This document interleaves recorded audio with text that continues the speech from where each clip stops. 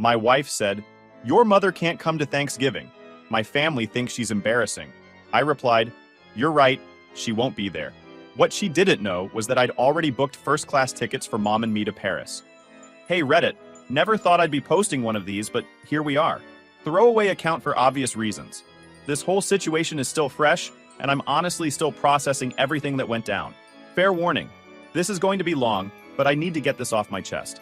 I 34 male, and until recently I thought I had a solid marriage with my wife Christina, 32 female.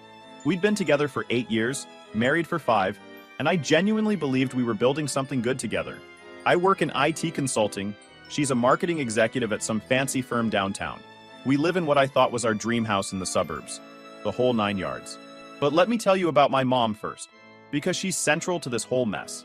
My mom, Patricia, is 67 years old, and honestly one of the most genuine people you'll ever meet. She raised me and my sister as a single mother after my dad died when I was 12. Mom worked 2 jobs most of my childhood, cleaning offices at night and working at a diner during the day.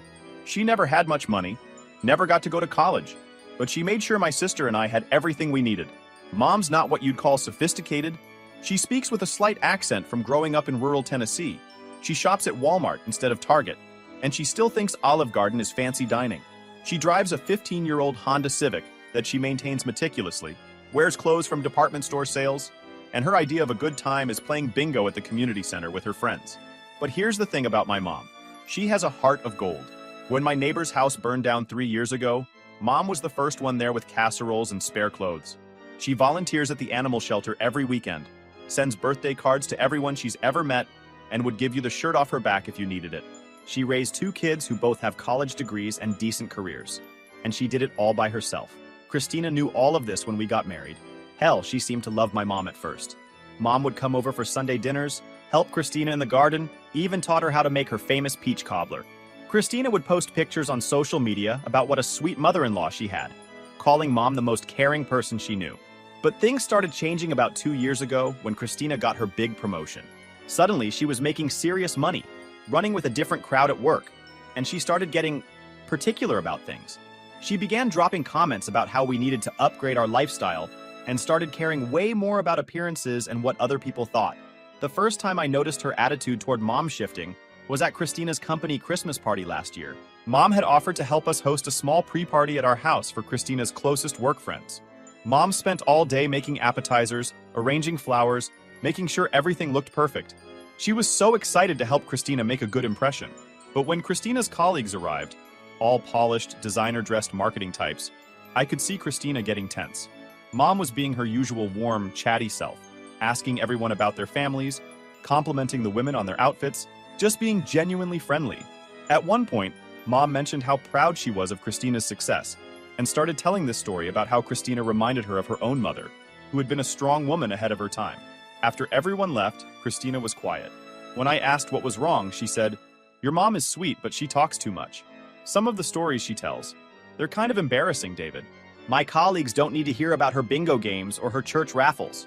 I was taken aback. Mom was just being friendly. She was trying to connect with people. I know, Christina said quickly. I'm not saying she's doing it on purpose, but we're in a different social circle now. People notice things. I let it slide, figuring Christina was just stressed about work, but the comments kept coming. Mom's car was embarrassing parked in our driveway when Christina's friends came over. Mom's clothes were dated when we went out to dinner. Mom's stories about her cleaning job days were too personal to share with people. The breaking point started building around Labor Day this year. Christina's parents, Richard and Helen, are what you'd call old money. Richard's a retired investment banker. Helen was a museum curator. They live in this pristine house that looks like a magazine spread. They winter in Florida and summer in Martha's Vineyard, and they speak in that careful, measured way that screams expensive education. Don't get me wrong, they're not terrible people. They're polite, well-read, and they've always been civil to me. But there's this underlying current of judgment, like they're constantly evaluating whether people are worthy of their time and attention. When I first met them, I could tell they were surprised Christina was dating someone from my background, but they warmed up to me when they realized I had a good job and could hold my own in conversation. But they never really warmed up to my mom. The few times we'd all gotten together for holidays or special occasions, I could see them watching Mom like she was some fascinating anthropological specimen. They'd smile politely when she talked, but there was this barely concealed condescension in their eyes. Richard would make subtle comments about different perspectives and diverse backgrounds that sounded inclusive but felt patronizing as hell. This Labor Day, we had everyone over for a barbecue. Mom brought her famous potato salad and spent the afternoon playing with our neighbors' kids who had wandered over. She was in her element, laughing, storytelling, making sure everyone felt included. At one point, she mentioned how she just started taking a ceramics class at the community center and was excited to make Christmas gifts for everyone. I saw Helen and Richard exchange one of their looks. Later, I overheard Helen telling Christina, "Your mother-in-law is certainly energetic. It must be nice to have such simple pleasures in life." The way she said simple made my blood boil, but Mom didn't seem to notice. She just kept being her wonderful, authentic self. After everyone left that day, Christina was unusually quiet during cleanup. Finally, she said, "David, I need to talk to you about Thanksgiving." Here we go, I thought. My parents want to host this year, she continued. They're inviting some family friends, the Whitcombs and the Ashfords. You know, people from their circle. It's going to be more formal than usual. Okay, I said, not seeing where this was going yet. Mom will probably want to bring something. She makes great stuffing. Christina paused, her back to me as she loaded the dishwasher. Actually, that's what I wanted to talk about. I don't think your mom should come this year. I stopped wiping down the counter.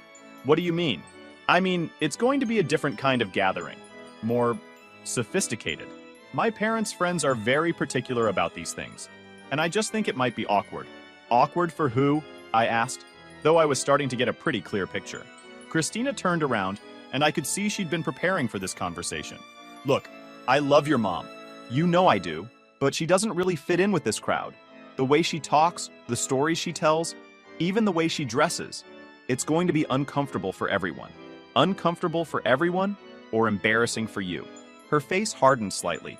Don't make this about me, David. I'm thinking about your mom, too. She's going to feel out of place. Wouldn't it be kinder to spare her that? I set down the dish towel and really looked at my wife. So your solution is to uninvite my mother from Thanksgiving? It's not uninviting. It's just, maybe she could do something with her church friends instead? Or we could do a separate dinner with her the next day? Christina, listen to yourself. You're asking me to exclude my mother from Thanksgiving because your parents' country club friends might judge her. It's not that simple, she said, her voice rising.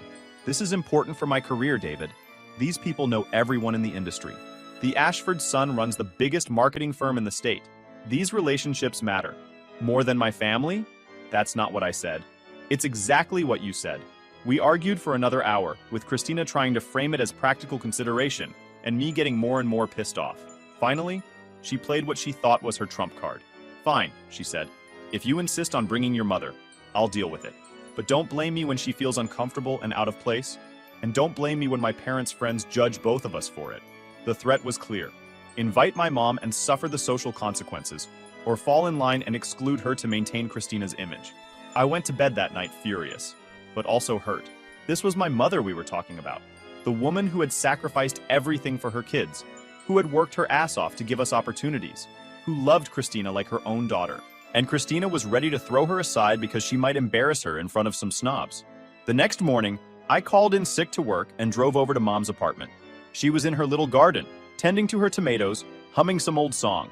When she saw me, her face lit up like it always did. "David! What a nice surprise! I was just thinking about you. Want some coffee?" We sat in her tiny kitchen, and I found myself looking around at all the things that made it home. The refrigerator covered with pictures of family and friends. The ceramic bowl she'd made in her class sitting proudly on the counter. The little cross-stitch sampler that said, "Blessed," hanging by the window. "Mom," I said carefully, "what are your plans for Thanksgiving?" "Oh, I was hoping to come to your place again. I've been experimenting with a new stuffing recipe I found online. It has cranberries and pecans in it." She paused. "Unless you and Christina already have something planned?" I looked at this woman who had given me everything, who was so excited about a stuffing recipe she'd found online, and I made a decision. "Actually, Mom, I have a different idea. How would you feel about spending Thanksgiving in Paris?" Her eyes went wide. "Paris? France? The very one. I was thinking we could take a trip, just the two of us. See the Eiffel Tower, eat at some cafes, maybe visit the Louvre. What do you think?" Mom's hand flew to her chest. "David, honey, that sounds wonderful, but I couldn't afford something like that." "My treat," I said. "Consider it an early Christmas present. We've never taken a real vacation together, and I think it's time." She started crying right there at the kitchen table. I've always dreamed of seeing Paris. Ever since I was a little girl reading about it in books at the library. Then it's settled. We're going to Paris. That afternoon, I did something I'd never done before. I called my travel agent, yes, I have one for work trips, and asked her to book the best she had available.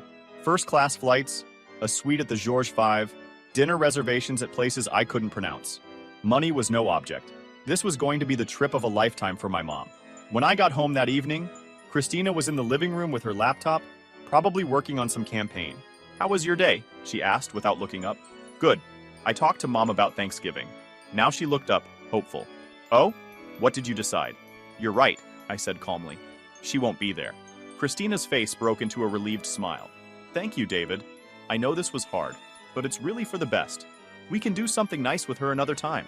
I nodded. "Absolutely. In fact, we're already planning something special." "That's great. What are you thinking?" "Oh, just a little trip. Nothing too fancy."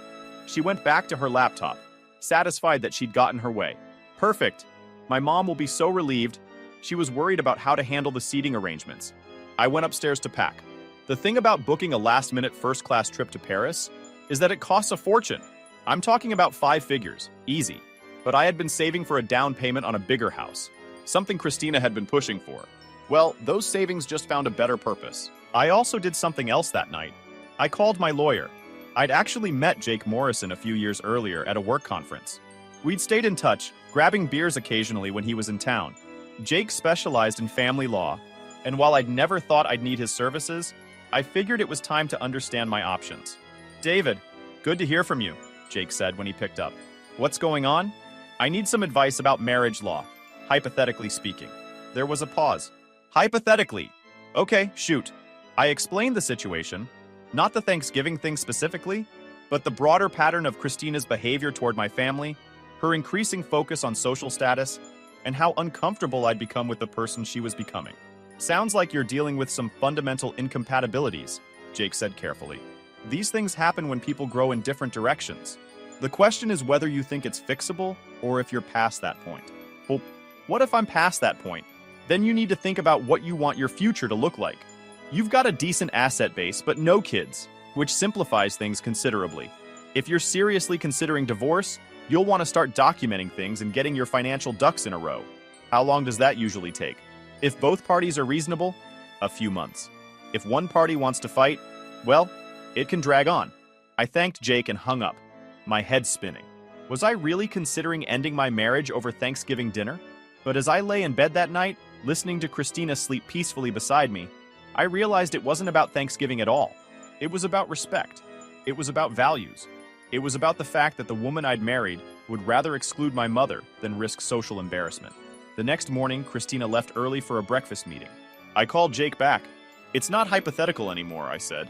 "I want to file for divorce." "Are you sure about this, David?" "That's a big step." "I'm sure." She asked me to choose between her and my mother, and that's not really a choice at all. Jake was quiet for a moment. "Okay, if that's what you want, I can help you. But let's make sure you're protected. Don't do anything sudden that could hurt your position. Can you keep things normal for a few weeks while we get the paperwork ready?" "Actually, I've got a better idea. I'm taking my mom to Paris for Thanksgiving. When we get back, Christina can have the divorce papers." "Paris, huh? That's one way to handle it. Just document everything, okay? Keep records of conversations, especially if she says anything about your family that could support claims of emotional distress." I spent the next week planning the perfect trip for Mom. I researched restaurants, booked tours, even hired a photographer to capture the whole experience. If this was going to be the trip that marked the end of my marriage, it was going to be unforgettable for the right reasons. Christina barely noticed my preparations. She was busy planning her perfect Thanksgiving with the perfect people. She'd even bought a new dress for the occasion, something expensive and tasteful that would fit right in with Helen's crowd. A few days before our departure, Mom called me in tears. "David, I can't let you spend this much money on me." I looked up those hotels online. "Honey, this is too much." "Mom," I said firmly, "you spent 18 years sacrificing everything for me and Sarah. You worked yourself to the bone so we could have opportunities. Now I have the opportunity to give you something back. Please let me do this." "But what about Christina? What's she going to think about you spending all this money?" I paused. I hadn't told Mom about the situation with Christina yet. "Don't worry about Christina, Mom. This is about you and me. Besides, you've always dreamed of seeing Paris, right? Ever since I was 7 years old and found that picture book about France at the library, she said softly. I used to imagine walking along the Seine, visiting all those beautiful places. Well, in 3 days, you're going to be doing exactly that. The night before we left, Christina was buzzing with excitement about her Thanksgiving plans. She'd gotten her hair done, had her nails done, and was laying out her outfit like she was preparing for a magazine shoot. I'm actually nervous, she admitted as we got ready for bed. I want everything to be perfect. I'm sure it will be, I said truthfully. Her Thanksgiving would indeed be perfect. Perfect for someone who valued appearances over authenticity, status over substance. I feel a little guilty about your mom, though, she added. Maybe we should call her tomorrow, just to check in. Don't worry about Mom, I said. She's going to have a great Thanksgiving. The next morning, we left for the airport. Mom was practically vibrating with excitement, clutching her new passport like it was made of gold. She'd bought a new outfit for the trip. Nothing fancy, just a nice sweater and comfortable pants, but she felt dressed up and special. On the plane, as we settled into our first-class seats, Mom kept looking around in wonder. David, this is too much, she whispered. People are going to think I don't belong here. Mom, I said, taking her hand, you belong anywhere you want to be. You've earned this 1,000 times over. As the plane took off, I watched the woman who had worked 2 jobs to put me through college experience luxury for the first time in her life. The flight attendant brought us champagne, and Mom took a tiny sip, making a face at the bubbles, but smiling anyway. To new adventures, I said, raising my glass. To my wonderful son, she replied, and I had to look out the window so she wouldn't see me getting emotional. Paris was everything I'd hoped it would be. We spent 4 days walking the city, visiting museums, eating at sidewalk cafes. Mom was like a kid in a candy store, wanting to see everything, try everything, experience everything. She took 1,000,000 pictures with her old digital camera, exclaiming over every building, every bridge, every flower box. At the Louvre, she stood in front of the Mona Lisa for 20 minutes, tears streaming down her face. I can't believe I'm really here, she kept saying. I can't believe this is real. We had dinner at Le Grand Vifour, where Mom worried about using the right fork, but charmed our waiter with her genuine enthusiasm for everything he recommended.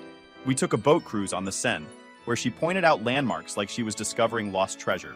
We climbed the Eiffel Tower, where she called my sister from the top, crying and laughing as she tried to describe the view. The photographer I'd hired captured every moment. Mom feeding pigeons near Notre Dame, Mom laughing at a street mime, Mom carefully selecting postcards to send to her church friends. But the best picture was one I took myself. Mom sitting at a cafe, mid-story about something she'd seen, her face animated and happy and completely, authentically herself. On our last night, we had dinner at a small bistro near our hotel. Mom was quiet for a while, just watching the people walk by on the street. David, she said finally, this has been the most wonderful time of my life. But I have to ask, why now? What made you decide to do this? I'd been dreading and anticipating this question all week. Mom, do you remember when Dad died and you had to figure out how to take care of everything by yourself? She nodded. You could have given up. You could have decided it was too hard, that we were too much trouble, but you didn't. You worked harder than anyone should have to work, and you never once made us feel like we were a burden. You were never a burden, she said firmly. You were my joy. That's exactly my point. You loved us unconditionally. You supported us no matter what. And I realized recently that not everyone understands that kind of love. She reached across the table and took my hand. Is everything okay with Christina, honey? I squeezed her hand. Everything is going to be fine, Mom. I promise. We flew home on Sunday. Christina had texted me a few times during the trip, mostly complaints about her Thanksgiving being stressful and asking when I'd be back. I'd kept my responses short and pleasant. On the plane home, Mom fell asleep holding a bag of souvenirs she'd bought for everyone she knew. I spent the flight thinking about what I was going home to, and for the first time all week, I felt nervous. We landed Sunday evening, and I drove Mom home first. She hugged me for a long time at her door. Thank you, she said, for everything, for the trip, for being such a good son, for reminding me that dreams can come true at any age. Thank you, I said back, for showing me what unconditional love looks like. I got home around 10. Christina was in the living room, looking exhausted but satisfied. How was Paris? She asked, barely looking up from her phone. Amazing. Mom had the time of her life. Good. I'm glad you two had fun. She paused. My Thanksgiving was perfect, by the way. The Ashfords loved the menu, and Helen said it was the most elegant dinner party she'd ever hosted. Mrs. Ashford even asked for my number. Apparently her son's company might have some opportunities. That's great, I said. I'm happy it worked out for you. She finally looked at me. You seem different. Everything okay? Everything's fine. I'm just tired from traveling. Well, I'm exhausted too. Hosting that many people was a lot of work. I'm going to bed. She kissed my cheek absently and headed upstairs. I sat in the living room for a while, looking around at our house. It was beautiful, perfectly decorated, and completely empty of the warmth I'd grown up with. The next morning, Christina left early for work, still riding high from her social success. I waited until she was gone, then made 2 phone calls. The first was to Jake. "The papers are ready whenever you want them," he said. "Are you sure about this?" "I've never been more sure of anything in my life." The second call was to the photographer in Paris. "I need you to rush the prints," I said. "All of them. I'll pay whatever it costs." The photos arrived Tuesday by courier. They were perfect. Dozens of images of Mom experiencing joy in its purest form. Mom at the Eiffel Tower, Mom at the Louvre, Mom laughing at that sidewalk cafe, Mom being everything Christina thought was embarrassing. I selected the best one, the picture I'd taken of her at the bistro, her face glowing with happiness and life, and had it printed and framed. Then I wrote a letter. Wednesday morning, I put the framed photo, the letter, and the divorce papers in an envelope and left them on Christina's desk in her home office. Then I went to work and waited. My phone started ringing around noon. I let it go to voicemail. Then it rang again, and again. Finally, I listened to the messages. The first one was Christina crying. "David, what is this? What are you doing? Call me back right now." The second was angry. "You can't be serious about this. Over Thanksgiving dinner? Are you insane?" The third was desperate. "Please come home so we can talk about this." "We can work this out," I called Jake instead. "She got the papers," I said. "How's she taking it?" "About as well as you'd expect. She thinks this is about Thanksgiving dinner." "Is it?" "No," I said. "It's about who she's become. It's about her thinking my mother is an embarrassment. It's about her caring more about impressing strangers than respecting the people who love her." "Well, you've made your position clear. What's next?" "Next, I wait to see if she can understand why I made this choice. And if she can't, well, that just proves I made the right one." Christina came home that evening like a hurricane. She burst through the door, still in her work clothes, clutching the envelope. "Explain this to me," she demanded, waving the divorce papers. "Explain to me how we go from a disagreement about guest lists to you wanting to end our marriage." I was sitting at the kitchen table, calm and ready. "It wasn't about the guest list, Christina. It was about you asking me to exclude my mother because you thought she was embarrassing. I never said she was embarrassing. You said she didn't fit in with your parents' friends. You said people would judge us. You said it would be uncomfortable for everyone." I paused. "The only way that's true is if you think she's embarrassing." Christina threw herself into the chair across from me. That's not what I meant. I was trying to protect her. From what? From people who might judge her for not having enough money or education? From people who think she's beneath them?" I leaned forward. "Or were you protecting yourself from being associated with someone you think brings down your image?" "That's not fair, isn't it?" I pulled out my phone and showed her some of the photos from Paris. "Look at these pictures, Christina. Really look at them." She glanced at them, confused. "Okay, they're nice pictures. What's your point?" "My point is that this woman you think is embarrassing, raised 2 kids by herself after her husband died. She worked 2 jobs so we could go to college. She volunteers her time to help others, even though she doesn't have much herself. She's kind to everyone she meets, regardless of their background or status." I swiped to another photo. "And when I took her to Paris, when I gave her the trip of her dreams, do you know what she did? She bought postcards for everyone she could think of. She spent her own money she doesn't have much of, to bring back little gifts for her friends at church, for the neighbors, for the girl who works at her grocery store." Christina was quiet, staring at the photos. "That's the person you thought wasn't good enough to sit at the same table as your parents' friends. That's the person you were willing to exclude from our family's Thanksgiving because she might make you look bad." "David," Christina said softly, "I didn't mean—" "Yes, you did. You meant exactly what you said. And that's when I realized we don't share the same values anymore. Maybe we never did." She was crying now, but I wasn't done. "Do you want to know what my mom said when I told her about Paris? She said she felt guilty that I was spending so much money on her. She was worried about what you would think. Even after you excluded her from Thanksgiving, her first concern was whether she was causing problems in my marriage." I stood up and walked to the window. "That's the difference between you and her, Christina. She puts other people first. You put your image first." "That's not true," Christina protested. "I work hard for my career, for our future." "Our future?" I turned back to face her. "You mean your future. The future where my family is hidden away because they don't fit your new lifestyle." We argued for hours. Christina alternated between apologizing, making excuses, and getting angry. She claimed I was overreacting, that I was throwing away 8 years over one disagreement. She promised to change, to be better, to include my mom in everything, but it was too late. I'd seen who she really was when she thought appearances mattered more than people. I'd seen her choose status over love, image over integrity. I can change, she kept saying. I know I've been focused on the wrong things, but I can fix this. Maybe you can, I said.